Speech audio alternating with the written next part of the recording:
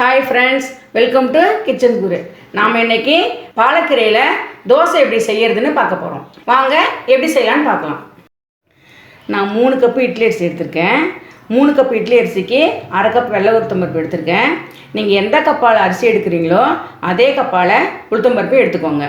1 tablespoon வெந்தயம் எடுத்துக்கோங்க. அரிசியை 4 மணி நேரம் ஊற வச்சுக்கோங்க. உளுத்தம் பருப்பையும் வெந்தயத்தையும் தனியாக ஊற வச்சுக்கோங்க. உளுத்தம் பருப்பு 2 மணி நேரம் ஊறினா போதும். அதுக்கு மேலே ஊறினா மாவு உங்களுக்கு அதிகமாக கிடைக்காது. 2 மணி நேரம் ஊறினா போதும். இதை ரெண்டையும் தனியாக ஊற வச்சுக்கோங்க. நான் அரிசியை 4 மணி நேரம் ஊற வச்சு எடுத்து வச்சுருக்கேன். உளுந்தையும் வெந்தயத்தையும் 2 மணி நேரம் ஊற வச்சு எடுத்து வச்சுருக்கேன். நான் 2 பாலக்கீரை கட்டு எடுத்திருக்கேன். பாலக்கீரை நல்லா சுத்தம் பண்ணிவிட்டு காம்பு எடுத்துகிட்டு அலசி சுத்தம் பண்ணி வச்சாச்சு. இப்போ நான் உங்களுக்கு மாவு எப்படி அரைக்கிறதுன்னு சொல்கிறேன். கிரைண்டரில் உளுத்தம்பருப்பையும் வெந்தயத்தையும் முதல்ல போட்டு அது கூட ஊற வச்ச அரிசியில் 1 கரண்டி சேர்த்து ஒரு 5 நிமிஷம் அரைச்சிடுங்க. அதுக்கப்புறமா மிச்சம் உள்ள அரிசி பாலக்கீரையை சேர்த்து நல்லா நைஸாக அரைச்சி எடுத்துக்கோங்க. நல்லா நைஸாக அரைச்சா தான் தோசை நல்லாயிருக்கும். நல்லா நைஸாக அரைச்சி எடுத்துக்கோங்க. மாவு இப்போ அரைச்சாச்சு. இங்கே பாருங்கள், நல்லா வெண்ணெயாட்டம் நைஸாக அரைச்சிருக்கேன். நீங்களும் அதுமாரி நைஸாக அரைச்சிக்கோங்க. தேவையான அளவு உப்பு போட்டு கரைச்சி வச்சுக்கோங்க. கெட்டியாக இல்லாமல் தோசை ஊற்றுற பதத்துக்கு இந்தமாரி கரைச்சி வச்சுக்கோங்க. மாவு நல்லா புளிக்கட்டும். மாவு புளிக்க 8 மணி நேரம் ஆகும். மாவு புளிச்ச பிறகு தோசை ஊற்றலாம். நம்ம இப்போ தோசை விடலாம். அடுப்பு ஆன் பண்ணிக்கலாம்.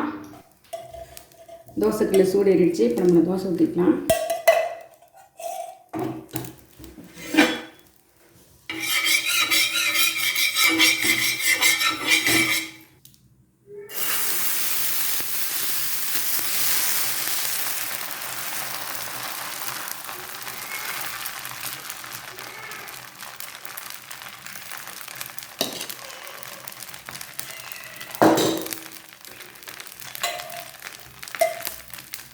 ஒரு ஸ்பூன் எண்ணெய் ஊற்றிக்கலாம்.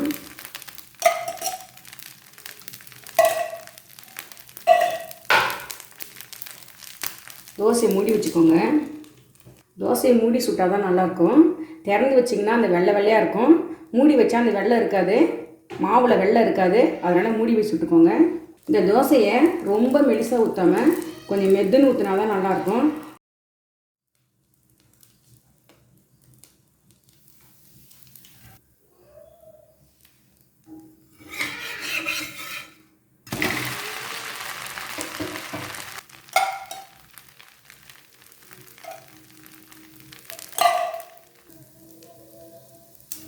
நல்லா அழகாக திருப்ப வரும்.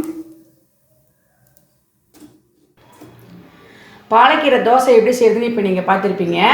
நார்மல் தோசை சாப்பிட்டு நமக்கு போர் அடிச்சிருக்கும்.